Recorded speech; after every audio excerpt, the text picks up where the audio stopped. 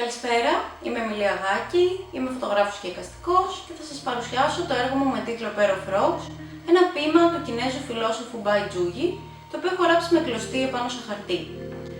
Το συγκεκριμένο έργο ανήκει στη φωτογραφική μου σειρά με τίτλο Objects of Wisdom, Thoughts on Eternity and How to be a Rock, θέμα της οποίας είναι η λιθοφιλία στην Άπο Ανατολή. Η ιδέα για αυτή τη σειρά στάθηκε μια προσωπική μου αναζήτηση σχετικά με την αιωνιότητα. Θέλησα δηλαδή να βρω τι επιβιώνει στον πλανήτη για πάρα πολλά χρόνια και κάπως έτσι σκέφτηκα τις πέτρες, οι οποίες μπορεί να αλλάζουν μορφή, να διαβρώνονται με τον χρόνο, αλλά η ύλη αυτή καθ' αυτή παραμένει στον πλανήτη για πάρα πολλά χρόνια. Δεδομένου ότι πάντα θαύμαζα την κουλτούρα και τις παραδόσεις της Άπο Ανατολής, έκανα μία έρευνα και βρήκα προς μεγάλη μου έκπληξη ότι οι πέτρες στην Άπο Ανατολή αποτελούν αντικείμενα που κατέχουν σοφία και αντιμετωπίζονται πολύ συχνά και ως λατρευτικά αντικείμενα μέχρι και σήμερα. Συνεπώς, το συγκεκριμένο έργο είναι ιδιαίτερα σημαντικό, καθότι αυτό το ποίημα στάθηκε σημείο έναρξης για αυτή τη λιθοφιλία. Το 826 μετά Χριστόν, ο φιλόσοφος Bai Zhuyi έκανε βόλτα σε μια λίμνη της Κίνας, όταν βρήκε δύο πέτρες με περίεργη μορφή, τις πήρε σπίτι του και θέλησε να γράψει ένα ποίημα για αυτές. Μάλιστα, ο ίδιος στο συγκεκριμένο ποίημα καταλήγει να ρωτάει τις πέτρες εάν θα του κάνουν συντροφιά μέχρι το τέλος της ζωής του. Άρα νιώθω ότι σε εκείνο το σημείο είναι σαν και ο ίδιος να συνειδητοποιεί ότι οι πέτρες θα υπάρχουν πολύ περισσότερο από εκείνον και σαν να τις αντιμετωπίζει και λίγο σαν κάτι ανώτερο από αυτό. Η επιλογή της τεχνικής με την κλωστή και το χαρτί θεωρώ ότι είναι η πλέον κατάλληλη για την απόδοση του μηνύματος αυτού του έργου, καθώς ο χρόνος που απαιτεί αυτή η τεχνική, οι μικρές κινήσεις για να γίνει το κάθε ιδεόγραμμα σωστά και υπομονή, νιώθω ότι αποτελούν ένα φόρο τιμής απέναντι σε αυτό το ποίημα και του προσδίδουν τη σημασία που του αρμόζει.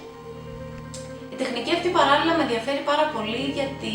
νιώθω ότι μπορεί να παρέχει μια μεσότητα, μια διαφάνεια και μια ειλικρίνεια στο θεατή, καθώς επιλέγω να παρουσιάζω αυτά τα έργα σε κορνίζες με τζάμι διπλής όψης,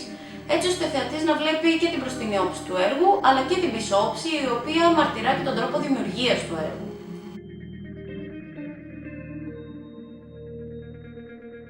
Θέλησα να βρω μια τεχνική που να μην ανήκει στον ψηφιακό κόσμο και να μην χρειάζεται μια οθόνη για να δημιουργηθεί.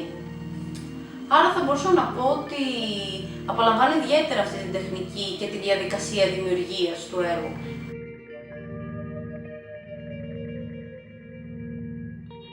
Η διαδικασία δημιουργίας του έργου για εμένα έχει μεγάλο ενθουσιασμό και αρκετό άγχος παράλληλα, το οποίο άγχος αφορά την αγωνία μου στο να μεταδώσω το μήνυμα που θέλω με τον κατάλληλο τρόπο στο θεατή. Οπότε θα έλεγα ότι άπαξ και ένα έργο έχει ολοκληρωθεί και έχει οπτικοποιηθεί το μήνυμα, νιώθω και λίγο ανακούφιση μέσα μου. Και γι' αυτό το λόγο επιλέγω όλα μου τα έργα να τα ολοκληρώνω, να μην αφήνω τίποτα ανοιχτό ή σε εξέλιξη, γιατί